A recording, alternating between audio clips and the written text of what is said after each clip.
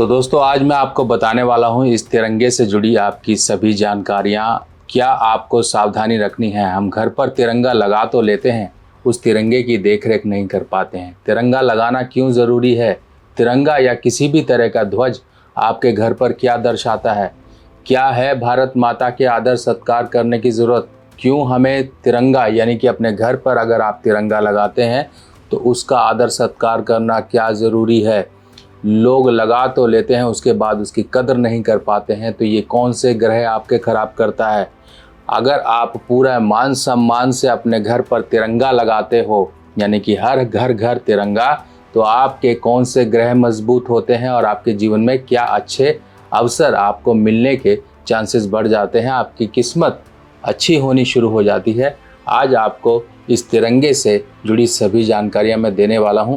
आगे बढ़ने से पहले आप सभी से मैं कहता हूं, भारत माता की जय का जयकारा जरूर आप कमेंट सेक्शन में लगाइएगा। मन ही मन अपने देश को आदर और सत्कार दीजिए ताकि आपके ग्रह भी अच्छे हों, आपकी अंतरात्मा भी आपके साथ हमेशा जुड़ी रहे, ताकि आप जीवन में तरक्कियां करते रहो। तो नमस्कार दोस्तों, मैं सुभाष शर्मा चंडीगढ़ से लाल किताब के ज्ञान में आपका स्वागत करता हूं। दोस्तों, जैसा कि हम जानते हैं तिरंगा या किसी भी तरह से हमारे घर पर ध्वज लगते हैं। आप अपने कई लोगों के आपने देखा होगा घर की छत पर वो ध्वज लगाते हैं। कई लोग पीले रंग का लगाते हैं, कई लोग लाल रंग का लगाते हैं, कई लोग गोटे वाला या प्लेन किसी भी तरह से लगाते हैं। घर की छत पर ध्वज को लगाने का मतलब क्या है और ये तिरंगा या फिर कोई भी झंडा हम अपने घर पर लगाएं तो उसकी देखरेख करनी क्यों ज़रूरी है। सबसे पहले हम समझें कि घर पर जो ध्वज लगता है ये किस ग्रह से संबंध रखता है और क्यों। अब आप समझेंगे कि इस कोई भी किसी भी तरह से आप घर पर ध्वज लगाओ तो उसका मान सम्मान करना बेहद ज़रूरी है। घर की छत जहाँ पर लगाया गया परचम, अब देखिए परचम तो चंद्रयान भी चंद्रमा पर जाकर लहराने वाला है। और जब भी कोई बड़ी जंग जीती जाती थी तो परचम उस जीतने वाले राजा के जो ध्वज थे वो ध्वज को वहाँ पर लगाते थे ताकि अब वो जीत चुके हैं, इस तरह का ये सूचित किया जाता था। और जब हम अपने घर पर ध्वज लगाते हैं, घर पर ध्वज किसी परेशानी को दूर करने के लिए लगाते हैं या फिर अपने घर पर ईश्वरीय कृपा को प्राप्त करने के लिए लगाते हैं। इसी तरह से माँ, जिसे हम भारत माता भी कहते हैं, हमारी माता है जो सभी को पनपने में मदद करती है। कोई भी हो, किसी भी धर्म का हो, किसी भी रंग का हो, किसी भी कुछ भी हो, सबको पनपने में मदद करती है हमारी माता। तो इनको एक बार दिल से प्रणाम, अपने ध्वज को तो बनता ही है। अब हम ध्वज के बारे में समझें तो ध्वज जो छत पे लगा होता है वो होता है केतु। क्यों केतु ही आपका परचम है, केतु ही आपके घर पर लगा ध्वज है। किसी भी तरह का ध्वज, चाहे वो तिरंगा हो, चाहे वो कोई भी ध्वज हो, अगर आप अपने घर की छत पर लगाते हैं तो वो आपके केतु से संबोधित होगा, केतु ग्रह को ही दर्शाएगा। और केतु ग्रह जब आपने अपने घर पर स्थापित कर लिया, आपने अपने घर पर किसी मेहमान को बुला लिया फॉर एग्जाम्पल, और उसकी आप देख रेख ना करो तो क्या होगा। मेहमान तो नाराज़ होगा, मन ही मन गालियाँ निकालेगा, मन ही मन उल्टा सीधा बोलेगा कि देखो किस तरह से ये मेहमान नवाजी करते हैं। इस तरह से अगर आपने अपने घर पर केतु को स्थापित कर लिया यानी कि ध्वज को, चाहे वो राष्ट्रीय ध्वज हो या कोई भी आपके धार्मिक ध्वज से जुड़ा हो, आपको उसका मान सम्मान रखना है। ये नहीं कि देशभक्ति सिर्फ एक दिन के लिए जागे आपके अंदर, देशभक्ति आपके अंदर हमेशा रहनी चाहिए। और जिसके अंदर नहीं है, जिस व्यक्ति के अंदर देशभक्ति नहीं है, एक बार वाघा बॉर्डर, पंजाब के वाघा बॉर्डर जाकर आ जाओ, आपको पता लग जाएगा कि आप भारतीय हो और भारतीय क्यों भारतीय हो और आपको कितना गर्व महसूस होगा। आपके अंदर वो देशभक्ति ऑटोमेटिकली जाग पड़ेगी जब वहाँ पर आप ये सब कुछ देखोगे, अपनी देशभक्ति के बारे में समझोगे। तो इस तरह से अपने अंदर एक बार ज़रूर इस देशभक्ति को जगाओ, क्योंकि देखिए शक्तियाँ सबके अंदर हैं, भक्तियाँ सबके अंदर हैं, हर तरह की भक्ति है, हर तरह की शक्ति है। वो जागृत तभी होगी जब वो सही मौके पर पहुँचेगी। जैसे हनुमान जी को सभी शक्तियाँ प्राप्त थी पर वो भूल चुके थे, इसी तरह से व्यक्ति के अंदर भी शक्तियाँ हैं और वो शक्तियाँ जो उसको जीवन में पार लगाने के लिए मदद करती हैं, पर वो उनको भूल कर जीवन में मझधार में फंसा रहता है।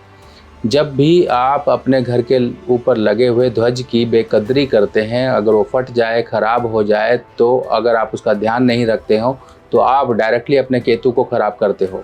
और ध्वज अगर आपने अपने घर पर लगा लिया तो आपने ध्यान रखना है, अगर रास्ते में पड़ा हुआ ध्वज भी आपको दिख जाए तो उसका भी आपने मान सम्मान करना है, उसे उठा के सही जगह रख दीजिए। ये नहीं कि अगर किसी के पैरों में आ रहा है, क्योंकि छोटे ध्वज, बड़े ध्वज बच्चे आजकल खरीद रहे हैं, हर एक को ये मौका मिला हुआ है कि कोई भी ध्वज अपने घर पे लगा सकता है, कोई भी ध्वज का इस्तेमाल कर सकता है। इसका मतलब ये नहीं कि ध्वज की बेकदरी हो। बहुतायत में जब बहुत ज़्यादा चीज़ें हो जाती हैं, सबकी पहुँच में जब चीज़ें हो जाती हैं, तो कोई कद्र करता है, कोई कद्र नहीं करता है। आपको ये काम नहीं करना है कि किसी भी तरह की बेकदरी हो। बेकदरी होगी तो केतु आपका खराब होगा। और अगर आपके घर पर भी ध्वज लगा है, अगर वो फट जाता है या ख़राब हो जाता है, तो आप उसे उतार लीजिए उसको प्रॉपर। ये नहीं कि आपने बाहर फेंक दिया या कुछ भी काम किया, नहीं करना। कोई भी ध्वज है, अगर आप कोई भी धार्मिक ध्वज अपने घर की छत पर लगाते हैं, जिसे पताका कहा जाता है, तो उसका भी आपको ध्यान रखना है। अगर वो फट गया है तो उसको सही से आप मैनेज करिए, उसको उतार लीजिए, श्रद्धापूर्वक इज्जत से उसे उतारिए, जल प्रवाह करिए, रखिए।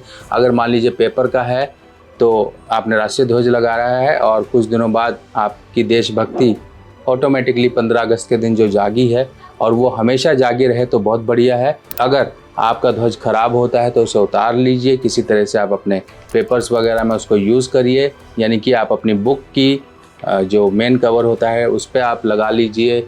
इस तरह से वो किसी के पैरों में ना जाए, बस मेन मकसद ये है, पैरों में ना जाए, बेकदरी ना हो, लावारिस ना पड़ा हो। इस तरह से आपको ध्यान रखना है।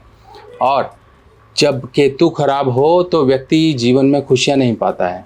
खुशियाँ क्यों नहीं पाता है? केतु ही आपका सुख और दुख है। क्यों? केतु सुख और दुख कैसे? केतु आपके जन्म से स्टार्ट हो जाता है आपके साथ और मरण तक रहता है। पांडव जब गए थे तो उनके साथ कुत्ता था, कुत्ता यानी कि केतु के रूप में। और व्यक्ति का जब जन्म होता है या मरता है तब वो भी केतु पर ही होता है। जन्म, बेड यानी कि बिस्तर, जो चारपाई, कुछ भी, ये एक केतु है। और जब मर रहा होता है, आखिरी सांसें गिन रहा होता है, तब भी बेड पर होता है, या हॉस्पिटल के या घर के या कहीं पर भी, या एक आसन जिस पे हम लेट सकते हैं, चारपाई या कुछ भी, उस पर होता है, जिसे कहा जाता है केतु। और जब ये खराब होता है तो व्यक्ति हमेशा अपनी जो परेशानियां, कराहटें ही भरता रहता है। जब केतु अच्छा होता है तो जीवन में सुख मिलते हैं केतु के, और केतु खराब हो तो शारीरिक दर्द शुरू हो जाते हैं। जब दर्द, जोड़, पेशाब या फिर इस तरह की दिक्कतें आ रही हों तो समझ लीजिए केतु खराब है। केतु को सही करने के लिए इस तरह का जेमस्टोन होता है, ये देखिए, इसे बोलते हैं सुलेमानी हकीक। काला सफ़ेद पत्थर होता है, इसमें कुछ आड़ी तिरछी लाइनें होती हैं, जैसे कि आपको दिखाई दे रही हैं, इसमें स्ट्रेट लाइंस आपको दिखाई दे रही हैं। इसी तरह से कुछ लाइंस होती हैं, कभी सीधी हो सकती हैं, कुछ भी, इसे सुलेमानी पत्थर बोलते हैं। इस तरह का पत्थर पहन के रखिए। लाल किताब की सभी सामग्री अब आप मेरी व्हाट्सएप कैटलॉग पर आसानी से देख सकते हैं और आप अपने एड्रेस पर मंगवा भी सकते हैं। आपका मान सम्मान, रुतबा आपके जीवन में सुखों के कारण खराब हो रहा है, क्योंकि कई लोग ऐसे होते हैं जो गरीब होते हैं पर उनका मान सम्मान पूरा होता है। कई लोग ऐसे होते हैं जो अमीर होते हैं, पैसा तो बहुत कमाते हैं, पर मान सम्मान नहीं है। मान सम्मान कमज़ोर पड़ रहा है, करियर में कहीं दिक्कत आ रही है, तो आपको अपने सूर्य को बलि करना है, यानी कि मजबूत करना है। सूर्य को मजबूत करने के लिए इस तरह से आप पीतल से बना हुआ बंदर, जो कि लाल रंग किया हुआ है, इस तरह से पीतल से बना हुआ बंदर अपने घर की पूर्व दिशा की तरफ रखिए और अपने सूर्य को मजबूत करिए। रोज़ आप अपने सुबह जल्दी उठकर सूर्यदेव को आप जल दिए और उसमें थोड़ा गुड़ मिला लें, आदित्य हृदय स्तोत्र का पाठ करें और अपने देश का, अपने समाज का, अपने रिलीजन, अपने धर्म का, अपने जो भी धार्मिक लोग हैं उनका, सबका सम्मान करें। साथ ही साथ अपने अंदर देशभक्ति को कभी भी मध्यम ना पड़ने दें। देखिए आपके जीवन में कैसे तरक्कियां आएंगी, क्योंकि आप किसी भी चीज़ को तिरस्कारित करके आगे नहीं बढ़ सकते। सबका साथ आपको चाहिए होगा और वो सबका साथ आपको प्रकृति दे सकती है। प्रकृति का हिस्सा बनिए और जीवन में सबका रिगार्ड कर आगे चलते रहिए, आप बढ़ते रहेंगे आगे। तो दोस्तों मिलते हैं अब नई वीडियो में, पर जाने से पहले फिर दोबारा आपसे मैं कहूँगा भारत माता की जय का जयकारा ज़रूर कमेंट सेक्शन में लगाइएगा। और आप कमेंट में मुझे ये ज़रूर बताइएगा कि आपने अपने पुराने फ्लैग का, अपने राष्ट्रीय ध्वज का क्या किया, और अगर किसी को रास्ते में मिला तो उसने क्या किया, किस तरह से आपने अपने फ्लैग को मैनेज किया, और कौन कौन अब बाघा बॉर्डर जाएगा, ये भी मुझे ज़रूर बताइएगा। चलिए दोस्तों, मिलते हैं नई जानकारी के साथ नई वीडियो में। तब तक के लिए आज्ञा दीजिए। जय माता दी।